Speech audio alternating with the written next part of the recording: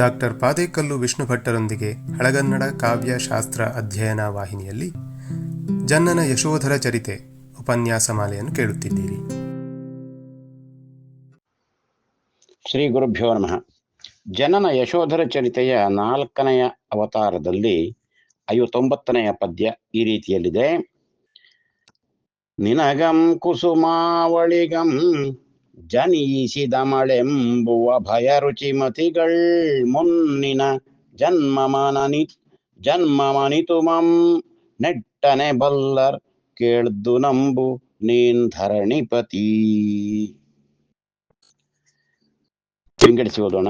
ನಿನಗಂ ಕುಸುಮಾವಳಿಗಂ ಜನಿಸಿದ ಅಮಳ್ ಎಂಬುವ ಅಭಯರುಚಿಮತಿಗಳ್, ಅಭಯರುಚಿ ಅಭಯಮತಿಗಳ್ ಎಂಬರ್ಥ. ಅಭಯರುಚಿ ಅಭಯಮತಿಗಳ್ ಮುನ್ನಿನ ಜನ್ಮಂ ಅನಿತುಮಂ ನೆಟ್ಟನೆ ಬಲ್ಲರ್ ಕೇಳ್ದು ನಂಬು ನೀನ್ ಧರಣಿಪತಿ. ಇಲ್ಲಿ ಸುದತ್ತಾಚಾರ್ಯರು ಯಶೋಮತಿಗೆ ಧರ್ಮೋಪದೇಶ ಮಾಡ್ತಾ ಇದ್ದಾರೆ. ಯಶೋಮತಿಗೆ ಹಿಂಸೆಯ ಪರಿಣಾಮ ಏನು ಎಂಬುದನ್ನು ಹೇಳ್ತಾ ಇದ್ದಾರೆ. ಅದಕ್ಕೆ 2 ಜೀವಿಗಳು, ಅವನ ಹಿರಿಯರಾದಂತಹ 2 ಜೀವಿಗಳು ಹೇಗೆ ಜನ್ಮ ಜನ್ಮಾಂತರಗಳಲ್ಲಿ ಕಷ್ಟಪಟ್ಟರು ಎಂಬುದನ್ನು ನಿರೂಪಿಸ್ತಾ ಇದ್ದಾನೆ. ಆಮೇಲೆ ಆ ಜೀವಿಗಳು ಅವನ ಮಕ್ಕಳಾಗಿ ಜನಿಸಿದ್ದನ್ನು ಕೂಡ ಹೇಳ್ತಾನೆ. ಈಗ ಆ ಮಕ್ಕಳಿಗೆ ಆ ಜನ್ಮ ಜನ್ಮಾಂತರದ ನೆನಪು ಇದೆ. ಜಾತಿ ಸ್ಮರ ಎಂಬುದಾಗಿ ಇದಕ್ಕೆ ಹೆಸರು. ಜಾತಿ ಸ್ಮರಣೆ, ಜಾತಿ ಅಂದ್ರೆ ಹುಟ್ಟು ಎಂಬರ್ಥ. ಆ ಹುಟ್ಟಿನ ಸ್ಮರಣೆ ಆ ಜೀವಗಳಿಗಿದೆ. ಅಂದ್ರೆ ಆ ಅಭಯರುಚಿ ಅಭಯಮತಿ ಇವರಿಗೆ ತಮ್ಮ ಹಿಂದಿನ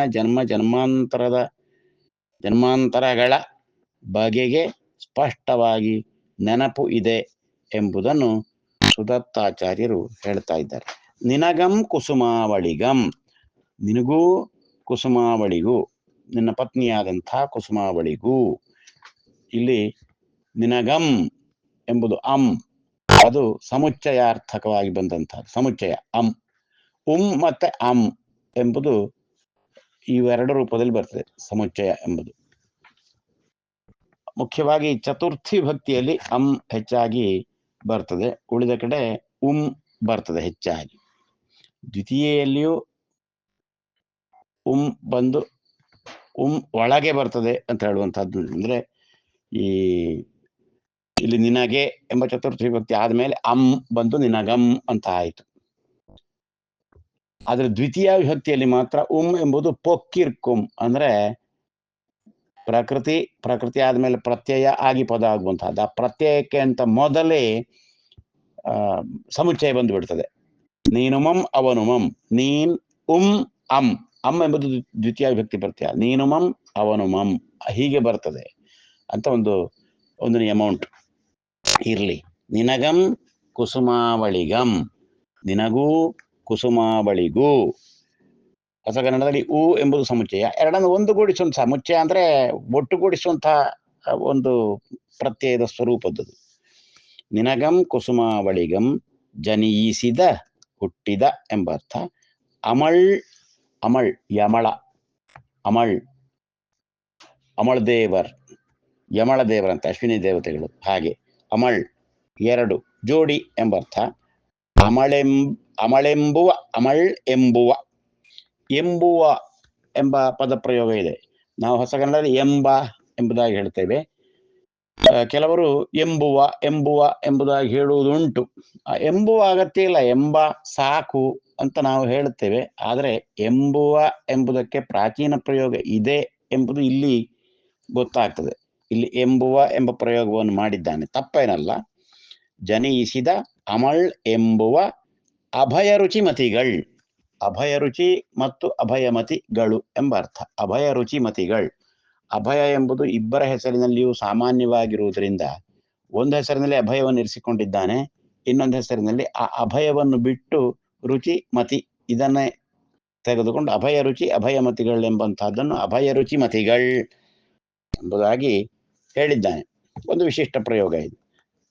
ಜನಿಸಿದ ಅಮಳ್ ಎಂಬುವ ಅಭಯರುಚಿ ಅಭಯಮತಿಗಳ್ ಮುನ್ನಿನ ಅಂದ್ರೆ ಮೊದಲಿನ ಎಂಬ ಅರ್ಥ. ಮುನ್ನಿನ ಜನ್ಮಂ ಅನಿತುಮಂ ಜನ್ಮ ಅಷ್ಟನ್ನು ಅಷ್ಟನ್ನು ಅನಿತು ಇನಿತು ಏನಿತು ಅನಿತುಮಂ ಅಷ್ಟನ್ನು ಮುನ್ನಿನ ಜನ್ಮಂ ಅನಿತುಮಂ ನೆಟ್ಟನೆ ಅಂದ್ರೆ ಚೆನ್ನಾಗಿ ಕೂಡಲೇ ಎಂಬ ಅರ್ಥ.